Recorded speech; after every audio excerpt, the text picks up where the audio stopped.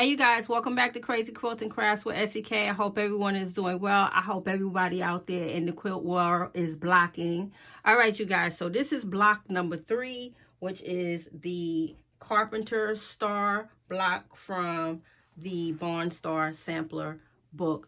All right, you guys, so this looks very, very similar to the Diamond Star, which was the first block. I used the same colors because I was trying to get rid of these fabric scraps. So, and this block came out pretty good. There was there are definitely some errors in here. I was able to finagle, shift around, you know, fabrics, and you know how the Carpenter Star usually have the 4 small blocks like so, and then your other blocks or your 5-inch blocks, well, I think these was 5 or 6, usually are a solid. I wind up doing what you call it, kind of like half square triangles, but you know how you split your square into 4 into quads. And these 4 were supposed to have been a solid, but being that I was trying to use up the fabrics, I wind up doing it like this.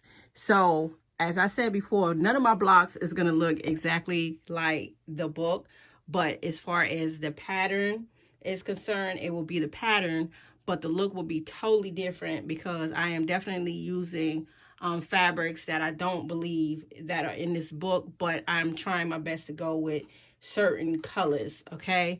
So again, I'm pulling from Homestead Fabrics. Her name, the designer, is Rosenthal something.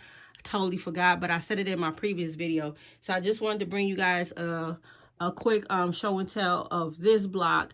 And I did start working on block number 4, and I did already start to run into some errors. The blocks still look nice, but I think what is happening with me right now is that I'm starting to get tired because I am doing a lot of work on the homestead as well, you know, sowing seeds and transplanting my transplant. So it's hot, you guys, so I think that's what's causing me to run out of gas.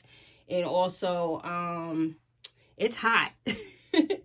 But so I did start on block 4, which is the Tulip Star block, and it has those beautiful pinks and yellows and burgundies in it. I definitely flipped my colors around because again, I'm trying to use up as much of these fat quarter scraps that I have from that fat quarter collection by Homestead.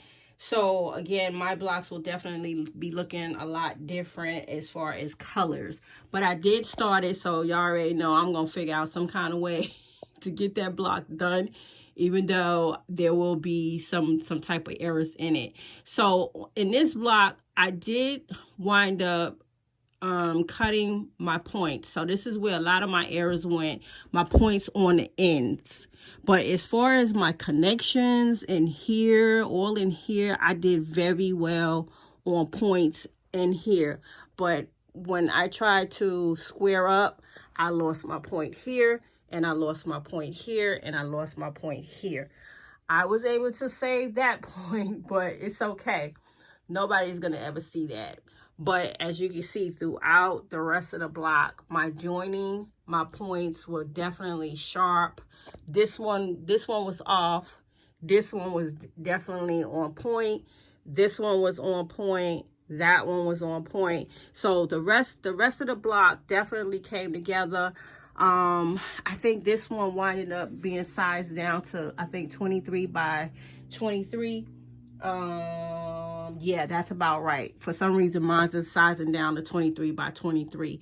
So that was the size of this block as well as my previous blocks. So block number 4 is actually going to be sized up to a 16 by 16. So we'll see how well that block comes out. But again, like I said, I already started to make some errors, but I'm going to shift around so that you won't be able to see those errors as much, and we'll see what block 4 is looking like. So I hope you guys enjoyed this show and tell. Thank you for tuning in. SE, the Crazy Quilting Crafter. We'll see you guys on the next video. Peace. Happy quilting.